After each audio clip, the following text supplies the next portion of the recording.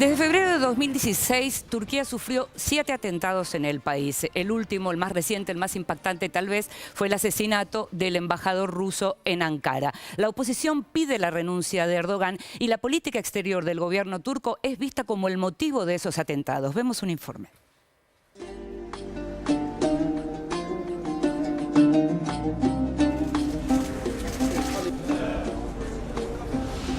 Parece ser irrefrenable la ola de atentados que sacuden a Turquía desde hace meses y que se cobraron más de 300 víctimas en 2016. El más reciente se produjo en una exclusiva discoteca de Estambul, ubicada sobre el Bósforo durante los festejos por Año Nuevo.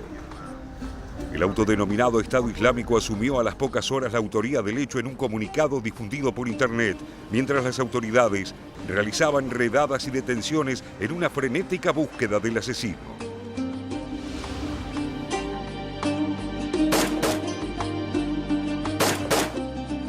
3 días después de esta masacre, perpetrada por un hombre que atacó con un fusil Kalashnikov y que provocó 39 víctimas fatales, se filtró una imagen del presunto agresor y también su identidad. Pero el imputado salió a desmentir personalmente las acusaciones. Desde su ciudad natal de Kirguistán, Lake Masharapov exhibió documentación que probaría en primera instancia que no se encontraba en Estambul en la fecha del ataque. Que el yihadista agresor pudiera huir generó críticas sobre la efectividad de las fuerzas de seguridad. El gobierno de Recep Tayyip Erdogan había desplegado 35.000 agentes para proteger Estambul durante las celebraciones del Año Nuevo y lo ocurrido en la discoteca puso en tela de juicio la efectividad del operativo. La oposición continúa exigiendo la dimisión del gobierno, que volvió a extender por 3 meses más el estado de emergencia decretado tras el golpe de Estado fallido del 15 de julio de 2016. Mesela Gaziantep saldırısına gösterilmeyen bu türden tepkiler ve yapılmayan değerlendirmeler Ortaköy saldırısına yapılınca oraya soru işaretini koymamız gerekiyor. Hemen bunu yaşam biçimleri vesaire buraya kaydırmanın hiçbir anlamı yok. Bunlar tamamıyla ülkemizi veya ülkemizdeki siyasi iradeyi bir kenara öteleme, ülkemizi bölme operasyonundan başka bir şey değildir. Pese a todo, Erdogan no retrocede con su persistente estrategia de persecución contra opositores, pero también contra dirigentes políticos, legisladores, periodistas y funcionarios que fueron acusados de traición, mientras que en paralelo se abrió un importante cerco informativo. Ki daha öncesinde de zaten gazeteciler baskı altındaydı. Birçok gazeteciye davalar açılıyordu. Gerek hakaret davaları olsun, gerek terörle mücadele kapsamında açılan davalar olsun. Bu davalarda gazetecilerin yargılanması hem basın özgürlüğünü baskılamak manasına geliyor hem de ifade özgürlüğünü yok ediyor.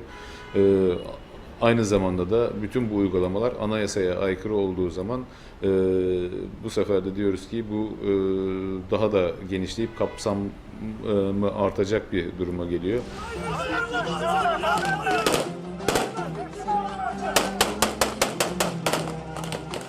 Tras la asonada, en la que murieron más de 240 personas y 2.200 resultaron heridas, el gobierno declaró el estado de emergencia por 3 meses con el objetivo de encarcelar a todas las personas implicadas en la intentona y en actos de terrorismo. Ese decreto fue prorrogado el 19 de octubre por un periodo de 90 días más. Familiares de las víctimas de la matanza en un club nocturno de Estambul lloran a sus seres queridos. A pesar de este férreo control, desde febrero de 2016, Turquía ha sido blanco de 7 atentados.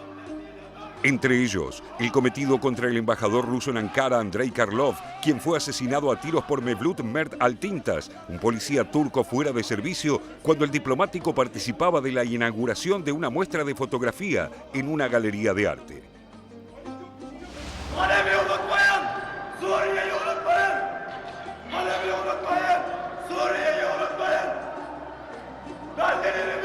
Güvende olmadıkça sizler güvenliği adamayacaksınız.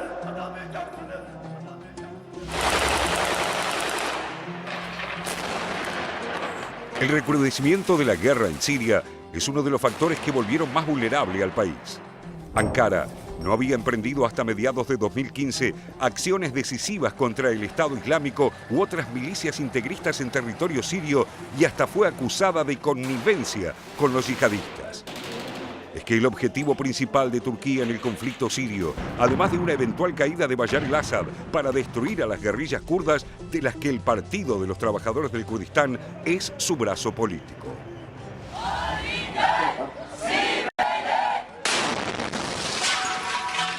El 20 de julio de 2015, un atentado en la localidad turca de Suruk que mató a 33 voluntarios del Partido Socialista de los Oprimidos, un partido marxista turco, fue reivindicado por el ISIS y obligó a Turquía a cambiar de estrategia. Por otro lado, tras el golpe, molesta con Estados Unidos por su negativa a extraditar al clérigo Fethullah Gülen, al que Erdogan acusa de ser el ideólogo del golpe en su contra. Turquía se acercó a Rusia y lanzó varias ofensivas terrestres en Siria, respaldadas por aviones de combate, golpeando enclaves yihadistas. De esta manera, pasó a convertirse en uno de los enemigos regionales del ISIS, que acusa al país de servir a los cristianos y derramar sangre musulmana con sus intensos bombardeos, llamando a sus seguidores a cometer ataques en territorio turco. Tras los últimos acontecimientos, las Fuerzas Armadas turcas combaten en dos frentes simultáneos, contra los kurdos y contra el Estado Islámico en Siria, y también dentro de su propio territorio, que comienza a recibir de manera directa la onda expansiva del intrincado conflicto sirio que Erdogan contribuyó a expandir.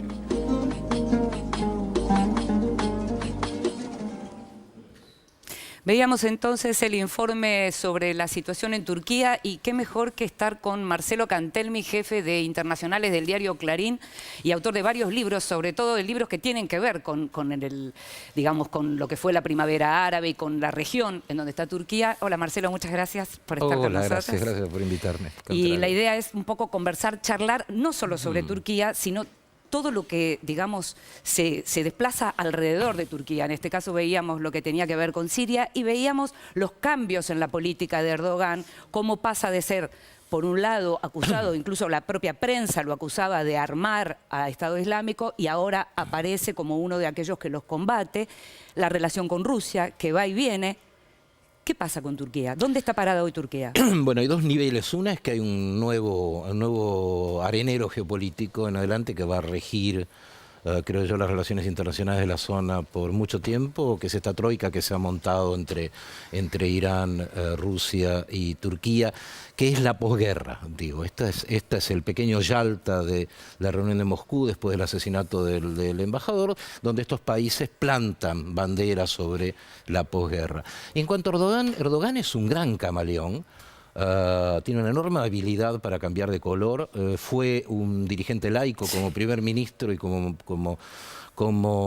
jefe comunal en sus primeros pininos en Estambul. Después se volvió islámico porque empezó a perder fuelle la economía de Turquía, al igual, casi simultáneamente con lo que pasaba en América Latina. Los levantamientos aquellos en Brasil de hace 2 o 3 años eran simultáneos con los levantamientos en Estambul, porque la economía había caído enormemente. Entonces Erdogan dice, bueno, ¿de qué manera me fortalezco? Busco al sector más conservador de la sociedad, que es la mitad más o menos de la población, y empieza a levantar la bandera islámica para ir con el voto. Logra con eso convertirse en presidente. El presidente en Turquía no tiene una gran importancia, con Erdogan sí. Erdogan imita el modelo ruso de Vladimir Putin, que un tiempo es presidente, otro tiempo es primer ministro, pero el cargo que tiene es el del poder. Se hace una mansión espectacular en Ankara, desde donde gobierna, y diluye totalmente el primer ministro, detrás de su intención, que lo acaba de hacer, de cambiar la constitución para que sea la presidencialista y quedarse otros 10 años. Claro, para su fortalecer década la figura. ganada más otros 10 años. Detrás de ese objetivo hace de todo.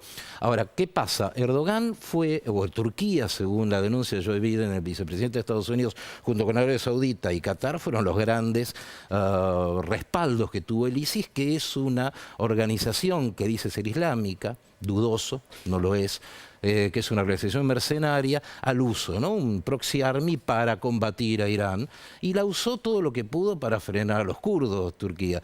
Entra Rusia en la guerra y ya el ISIS no vale más, por eso el ISIS se está diluyendo y entra Turquía, como señala el informe, se convierte en un actor con control de una gran faja territorial dentro de Turquía, que eso molestó bastante a Rusia, por cierto, pero ya está, ahora es uno de los de la posguerra, que era lo que él buscaba. En el medio tuvo este enorme contratiempo del intentona de golpe, porque hay una gran resistencia interna en Turquía a este abrazo que le da a Rusia. Justamente Erdogan. te quería preguntar, antes de que empiecen a preguntarte mis colegas, veíamos las imágenes tremendas que parecen de una película de Netflix del asesinato del embajador ruso. Lo que uno se pregunta es, en países en donde hay un respeto importante por el tema de los derechos civiles, se sabe que para la fuerza de seguridad es como más complicado proteger los distintos ambientes. No parece ser ese el problema en Turquía. ¿Qué pasa en Turquía? Que matan a un embajador en una galería y del mismo modo también en Año Nuevo entran a un boliche y cometen una masacre. ¿Qué pasa con la fuerza de seguridad a partir de ese intento de golpe? Bueno, jugar en tantas veredas te termina generando abismos, ¿no? Turquía está en este momento en una especie de caracterización más cercana al Estado fallido. Digo, la gente que custodia un embajador, nada menos que de Turquía, Rusia, son individuos tremendamente preparados. La Shbarat, el servicio secreto turco, tiene que haber estado muy detrás de este muchacho, pero sin embargo le dispara 8 balazos cuando lo está custodiando al embajador ruso, nada menos, en un hecho casi sin precedentes, que se liga además con el atentado reciente en este boliche nocturno, que se produce con absoluta libertad, casi campo liberado para que este sujeto entre, mate.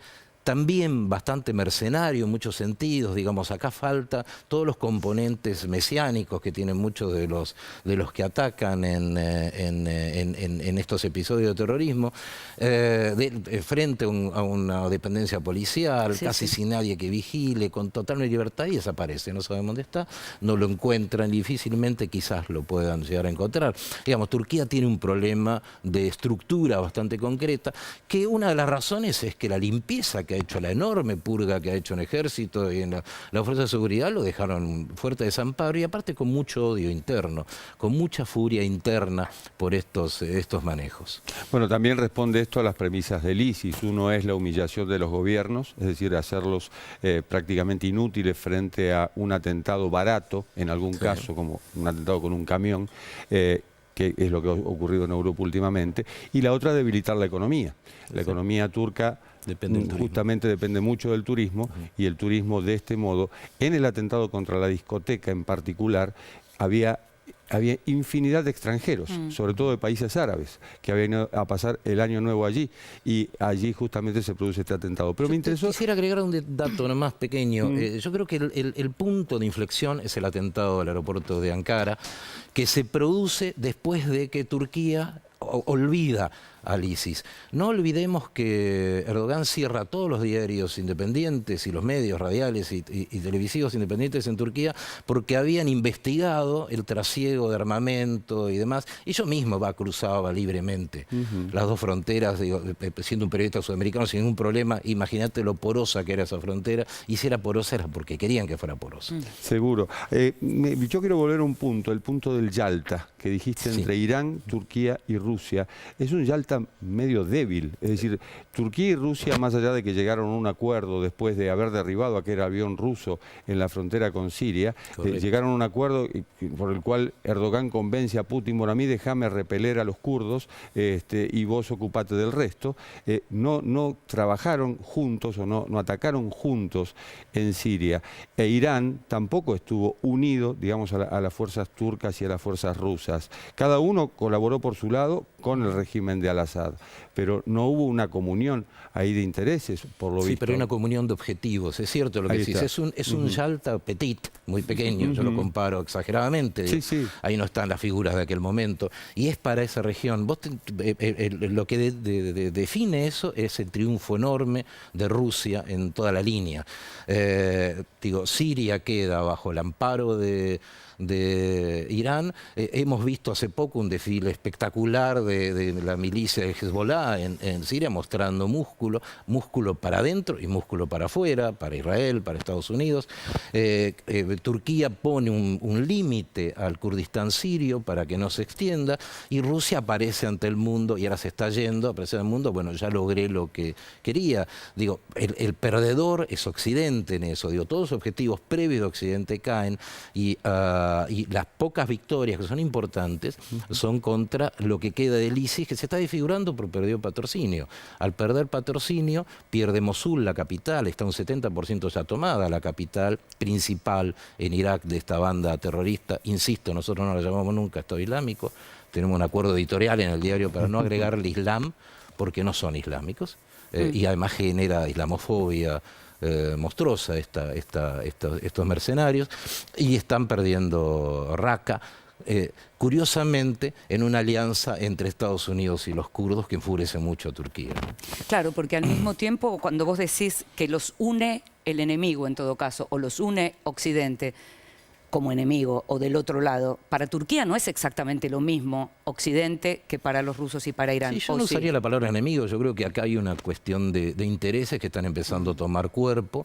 Hay, insisto con lo que dije al comienzo, arranca un nuevo arenero político, geopolítico, donde vos tenés a Rusia mucho más instalada en esa zona, que este es un verdadero dilema para el caballero Trump, porque Trump tiene un gabinete absolutamente heterogéneo, tiene gente prorrusa ahí y gente anti-iraní. Y uno dice, ¿cómo calza esto acá adentro?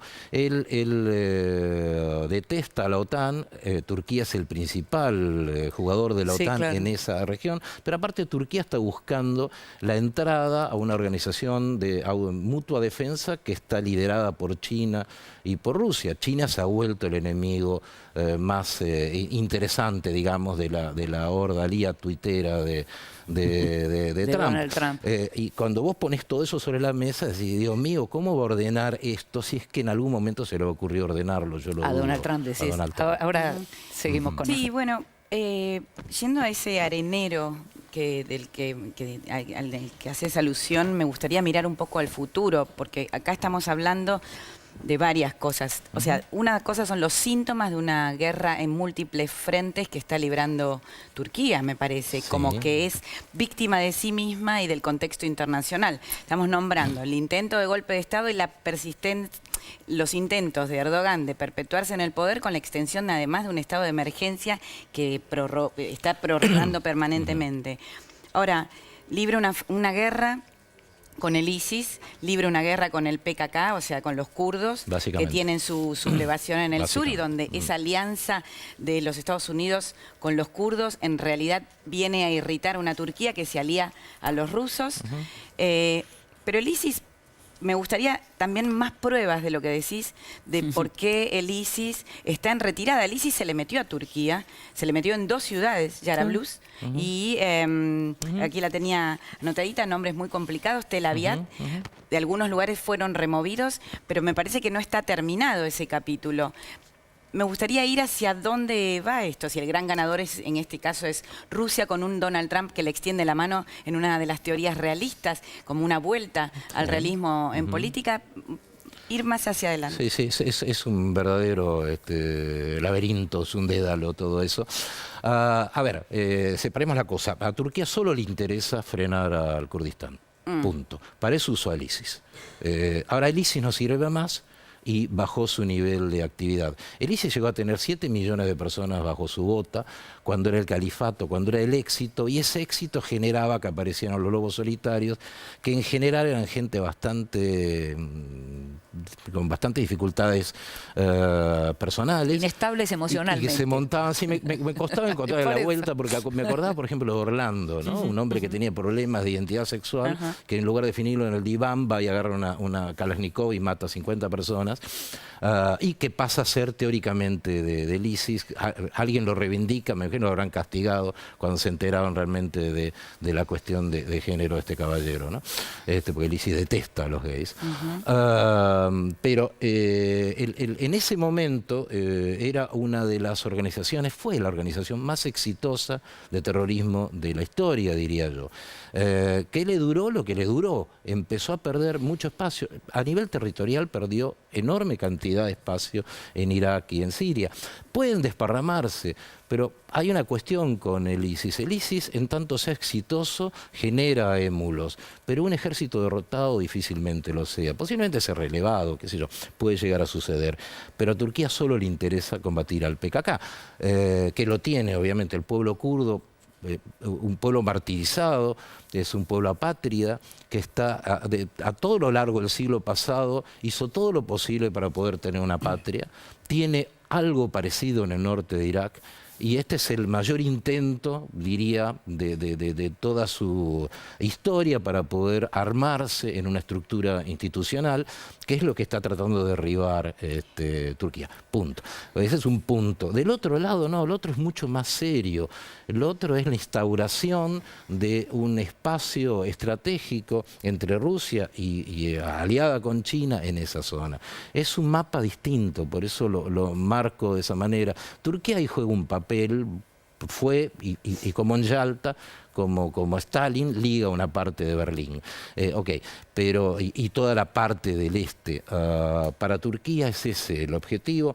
Para Irán es mostrar que tiene músculo, que sigue siendo estratégico, a punto tal que ahora Ahmadinejad, que iba a ser candidato presidencial el año que viene, se bajó, y Rouhani, que no iba a ser, subió. Digo, este es el efecto, uno de los efectos que tiene esto. Digamos, Rouhani sale ganador y la posibilidad de ser reelecto el año que viene, que sería una buena noticia. ¿El origen del odio turco-kurdo es territorial, económico, político, estratégico?